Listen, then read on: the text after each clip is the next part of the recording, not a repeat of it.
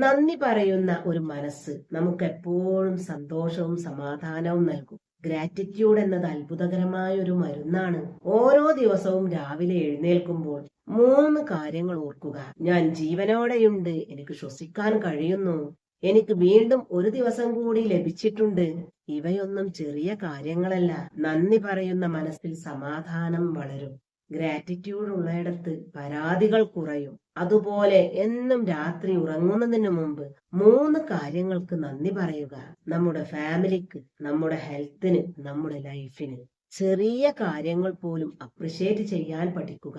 നന്ദി പറയാൻ പഠിച്ച മനുഷ്യന് കുറച്ച് പരാതികളും കൂടുതൽ സന്തോഷവും ഉണ്ടാവും.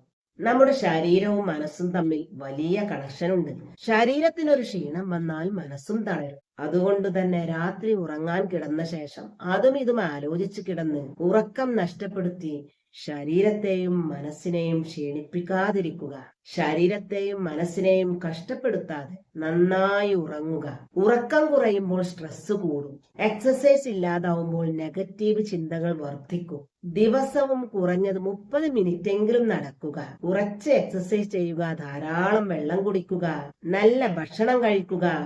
ആരോഗ്യമുള്ള ശരീരത്തിനും ശാന്തമായ മനസ്സിനും ഇതെല്ലാം അത്യാവശ്യമാണ്.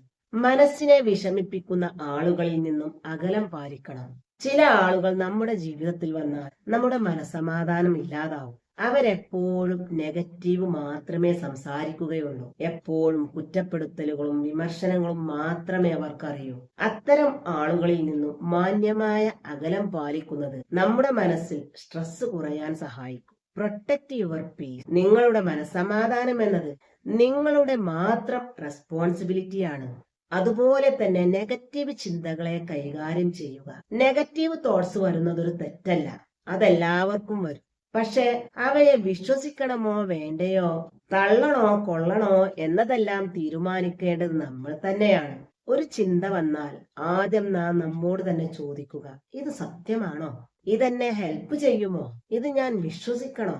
അതിന് ആൻസർ കിട്ടുന്നില്ലെങ്കിൽ ആ ചിന്തയെ പെട്ടെന്ന് തന്നെ വിട്ടുകളയുക. മനസ്സിൽ പിടിച്ചു നിർത്തുന്ന ഓരോ നെഗറ്റീവ് ചിന്തയും മനസ്സിന് ഭാരം കൂടുതലാവും.